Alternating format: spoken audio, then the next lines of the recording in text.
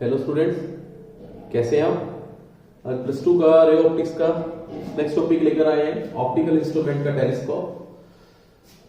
एक सबसे पहला ऑप्टिकल इंस्ट्रूमेंट हमने स्टडी कर लिया था माइक्रोस्कोप। नेक्स्ट हमारे पास ऑप्टिकल इंस्ट्रूमेंट है टेलीस्कोप। आपने नाम पहले से सुना होगा, टेलीस्कोप क्या होता है।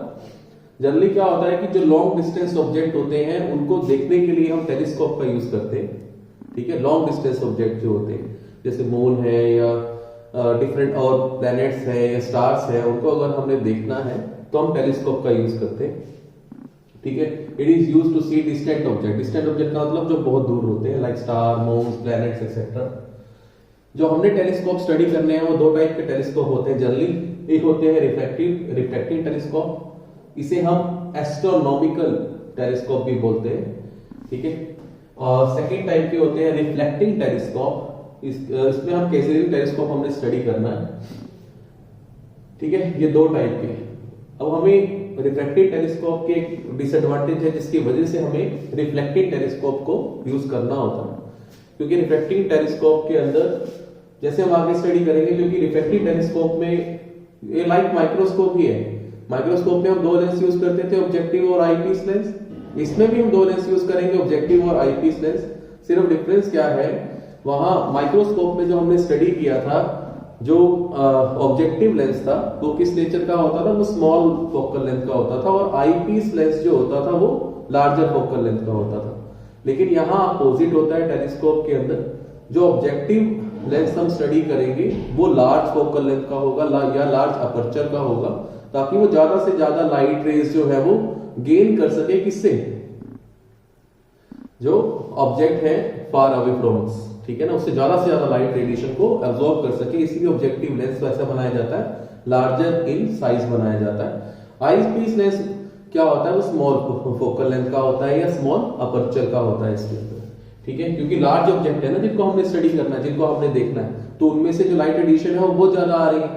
उन सारी में हम चाहते हैं कि मैक्सिमम से मैक्सिमम जितनी ज्यादा हम लाइट रेडिएशन को एब्जॉर्ब करेंगे, जितनी ही ज्यादा लाइट रेडिएशन हमारे तक पहुंचेंगी, उतना ही क्लियर हम ऑब्जेक्ट को देख सकते हैं। ठीक है ना, तो इसलिए ऑब्जेक्टिव लेंस को इसमें कैसा रखा जाता है, लार्जर इन साइज रखा जाता है। माइक्रोस्कोप स्मॉल पार्टिकल्स को देखने के लिए था, तो स्मॉल पार्टिकल को देखने के लिए, क्योंकि वहां से small amount of light radiation आती है, उसके लिए स्मॉल ऑब्जेक्टिव लेंस सफिशिएंट था। ठीक है, लेकिन जब हम बात करते हैं लार्ज साइज अगर हमने देखना है, तो उस हिसाब से ऑब्जेक्टिव लेंस का साइज क्या होना चाहिए, लार्ज होना चाहिए।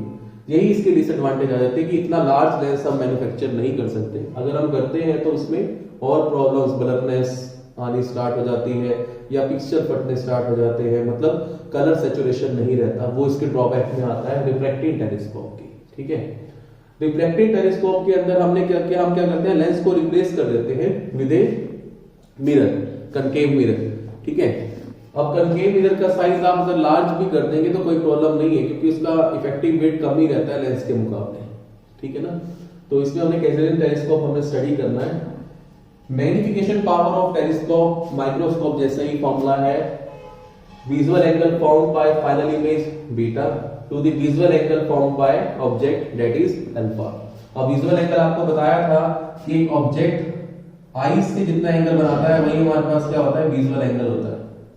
सपोज करो यहां पर हमारे पास क्या है, आई। ठीक है, वुमन आई है। यहां जो एक विजुअल एंगल बन रहा है, मान लो हम इसमें थीटा एज्यूम कर रहे हैं। ठीक है, जो ऑब्जेक्ट की हाइट किस पे डिपेंड करती है, हमने किया था ना, ये हाइट ऑफ ऑब्जेक्ट जो होता है वो डायरेक्टली प्रोपोर्शनल होता है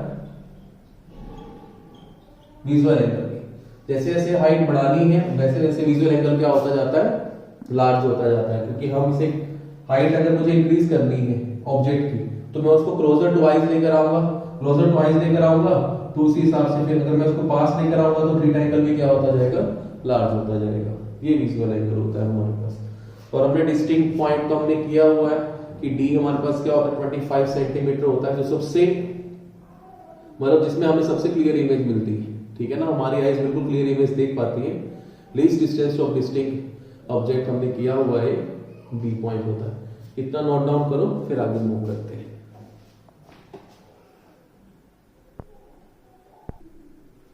तो जो अपने फर्स्ट लेंस स्टडी करना है वो है रिफ्रैक्टिंग, जो फर्स्ट टेलीस्कोप हमने स्टडी करना है वो रिफ्रैक्टिव टेलीस्कोप या इसे हम एस्ट्रोनॉमिकल टेलीस्कोप भी कहते हैं। तो इसमें आपको पहले ही बता दिया था कि हम दो लेंस यूज करते हैं, एक ऑब्जेक्टिव लेंस होता है और एक आईपीस लेंस होता है, ठीक है।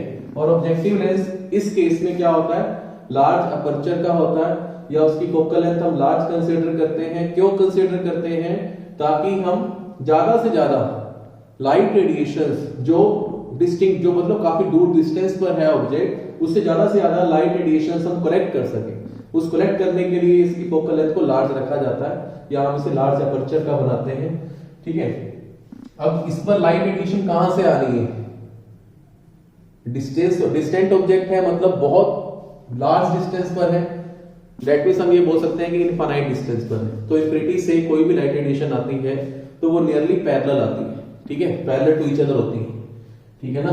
मान लो ऑब्जेक्ट यहां पर प्लेस्ड है, ये हम इंफिनिटी पॉइंट हमने एज्यूम कर रखा है, यहां से अगर कोई लाइट रेडिएशन आएगी तो वो पैरेलल टू प्रिंसिपल एक्सिस, या तो हम यहां से लाइट रेडिएशन फॉल करवाएं, अब क्योंकि कुछ हाइट पर, मतलब वो तो हाइट पर है, मान लो यहां हाइट से कोई लाइट रेडिएशन आ रही है,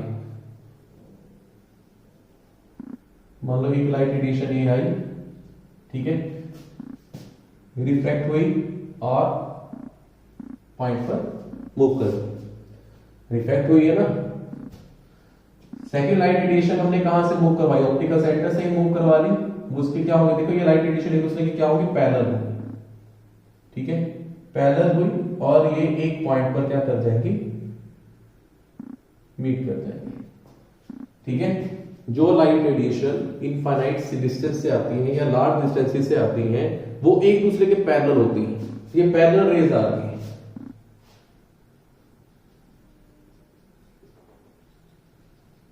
ठीक है। इंसिडेंट रेज कह सकते हैं हम इसे, पैरेलल रे है और इंसिडेंट रेडिएशन से, ठीक है ना। यहां से रिफ्लेक्ट हुई और जो एक लाइट रेडिएशन अगर ऑप्टिकल सेंटर से पास हो रही है विदाउट एनी डिटेक्शन, मतलब विदाउट एनी बेंडिंग, वो सीधा क्रॉस कर गई और अब एक पॉइंट पर मीट कर गई। अगर आप यहां से परपेंडिकुलर ड्रॉप करेंगे तो आपको ये इमेज मिल जाएगी, मान लो ये इमेज आपको मिल रही है ए बी, इमेज आपको मिल रही है A B,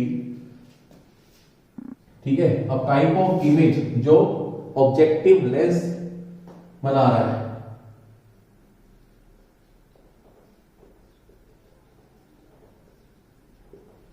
form by objective lens, वो कैसी है, क्योंकि देखो एक्चुअल में मीट हो रही है, तो ये किस टाइप की है हमारे पास है, real and inverted, real and inverted, ठीक है। हमने ये स्टडी कर रखा है लेंस के केस में कि अगर कोई पैरेलल रेज आती है, जो हमने किया था कि प्रिंसिपल एक्सिस के पैरेलल होती है, तो वो कहां पर मीट करती है, फोकस पर मीट करती है, ठीक है। थोड़ा सा रिकॉल करते हैं, हमने कन्वेक्स लेंस पिक किया, अगर कोई भी पैरेलल रेज आती है जो प्रिंसिपल एक्सिस के पैरेलल होती है, वो कहां मीट करती है, फोकस पर मीट करती है, ठीक है।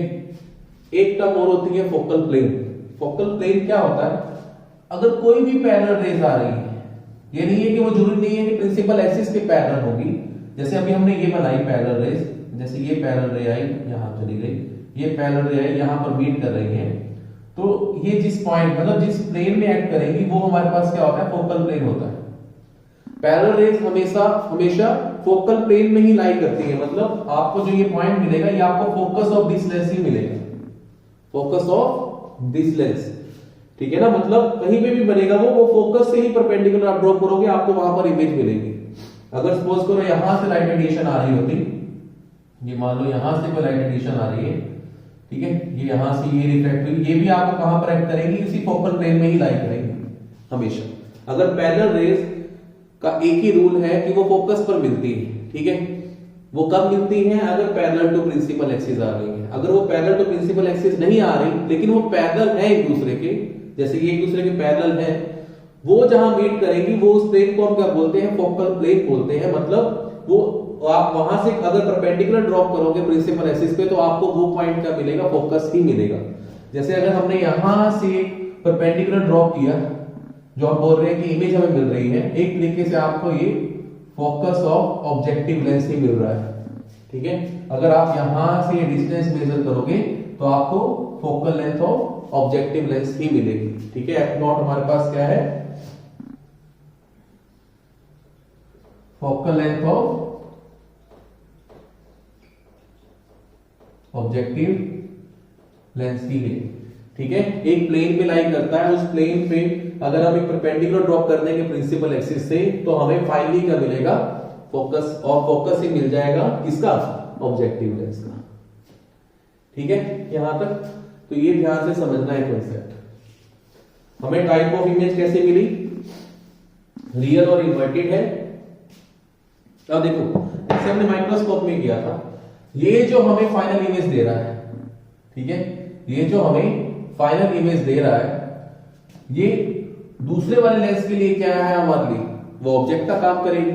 ठीक है ना, जो ये इमेज हमें मिली, image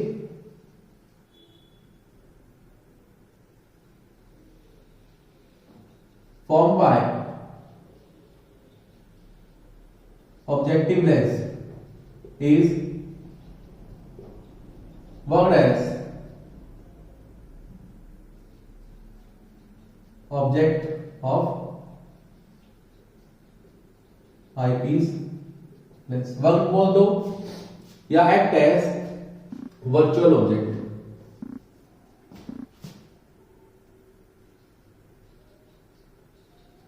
act as virtual object, वो वर्चुअल ऑब्जेक्ट की तरह काम करेगा। और जो ये इमेज फॉर्म होती है, वो ध्यान रखना है, ये इमेज कहां लाई करती है, ये जो आईपीस का भी फोकस होगा, मान लो वो फोकस यहां है, ये इमेज कहां लाई करती है, in between focus of eyepiece and optical centre of eyepiece. ठीक है, ये जो इमेज फॉर्म होती है, जो आईपीस, जो ऑब्जेक्टिव लेंस इमेज फॉर्म करेगा, वो इमेज कहां पर बनती है, in between optical centre of eyepiece lens and focal length of eyepiece lens. ये ध्यान में रखना है। ठीक है ना, अगर ये यहां लाई करेगा तो हमारे पास जो 6 टाइप की जो हमने रूल स्टडी कर रखा है इमेज फॉर्मेशन का, जो हमने इमेज फॉर्म की थी, कि अब हमारे पास इस ऑब्जेक्टिव लेंस के लिए ये जो इमेज बन रही है वो ऑब्जेक्ट का काम कर रही है। अब ये ऑब्जेक्ट कहां पर रखा हुआ है, फोकस और ऑप्टिकल सेंटर के बीच में, तो ये कैसी इमेज देगा अब हमें, वर्चुअल एंड डायरेक्ट इमेज देगा। मतलब यहां से अगर हम कोई लाइट रेडिएशन, जैसे मैंने light radiation parallel to principal axis follow करवाई, तो ये कहां से मूव कर गई, फोकस से। ठीक है, फोकस से पास कर गई। और एक लाइट रेडिएशन मैंने कहां से फॉलो करवाई, एक लाइट रेडिएशन मैंने ऑप्टिकल सेंटर से ही फॉलो करवा दी। ठीक है, तो ये विदाउट एनी बेंडिंग स्ट्रेट निकल जाएगी। ये हमें कैसी रेज मिलेगी, डाइवर्जिंग रेज मिलेगी, जो एक्चुअल में कभी मीट नहीं करती है। ठीक है, जो कैसे मीट करती है, वर्चुअली मीट करती है। वर्चुअली मीट कैसे करेंगे, अगर हम इसे बैक एक्सटेंड कर देंगे,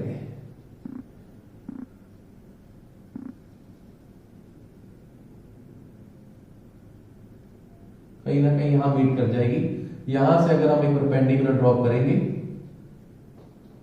तो आपको A double dash B double dash final image आपको मिल जाएगी। ठीक है, फाइनल इमेज ऑफ ऑब्जेक्ट हमें मिल जाएगी। ठीक है, आ रही है बात समझ में। Image formed by objective lens is act as virtual object of eyepiece lens. ठीक है, वर्चुअल ऑब्जेक्ट की तरह काम करेगा। और ये एंड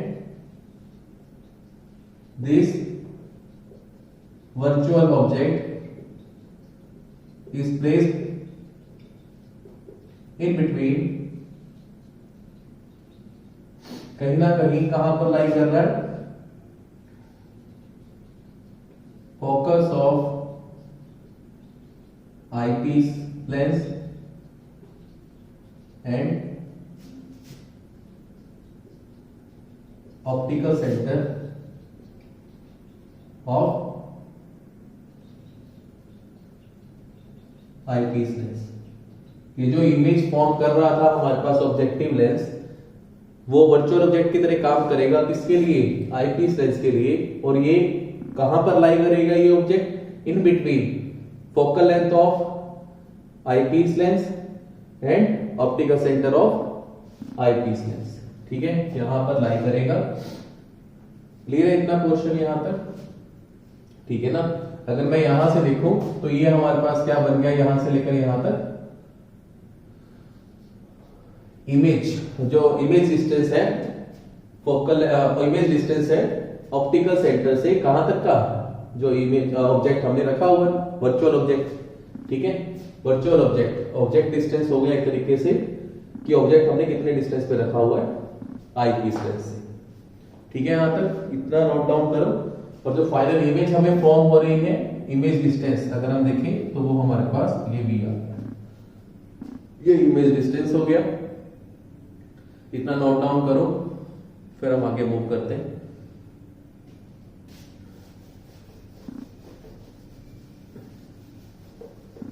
अब देखो, अगर मैग्निफिकेशन का आपको फॉर्मूला बताया, मैग्निफिकेशन का फॉर्मूला क्या होता है, ratio of visual angle found by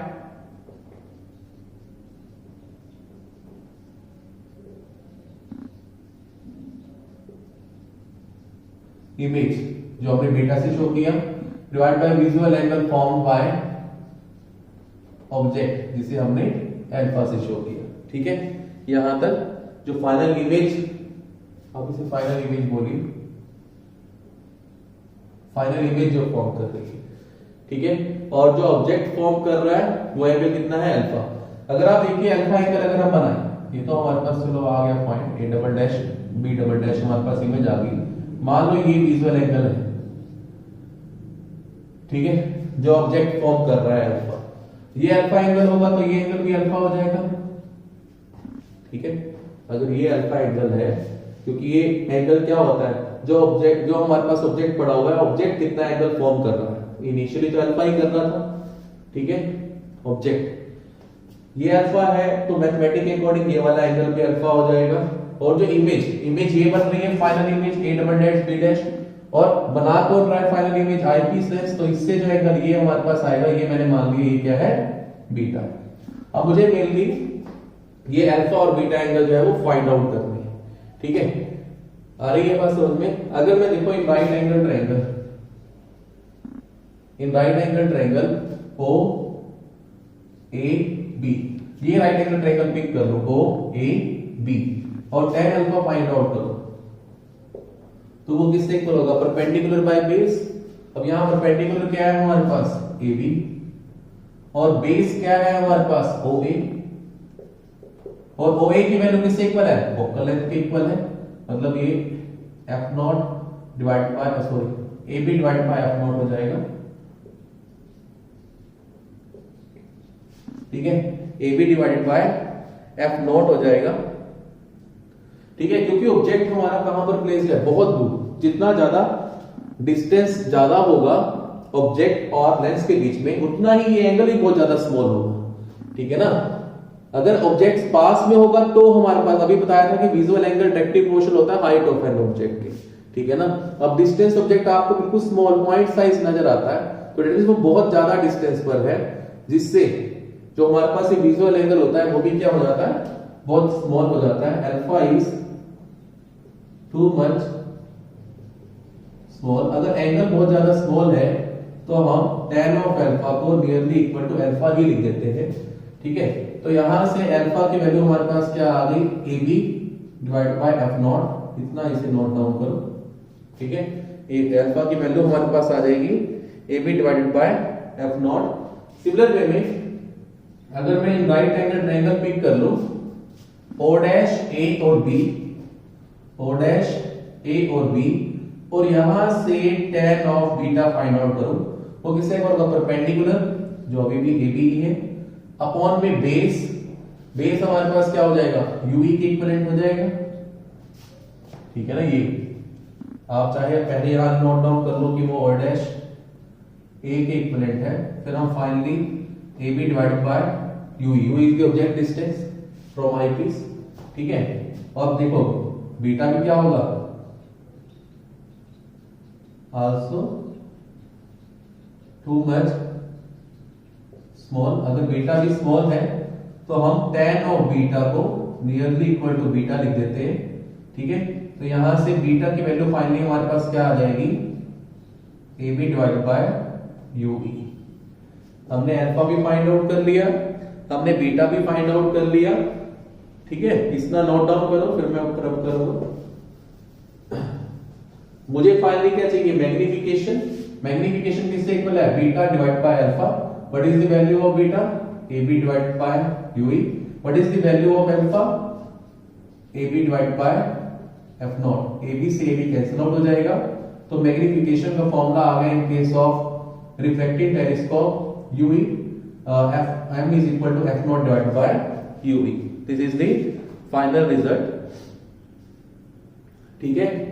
इतना नोट डाउन करो। मतलब हमारे पास मैग्निफिकेशन का मेन फॉर्मूला आ चुका है, that is F naught divided by u e. F naught जो है वो focal length of objective lens है, यूई क्या है, object distance from eyepiece lens. इतना नोट डाउन करो।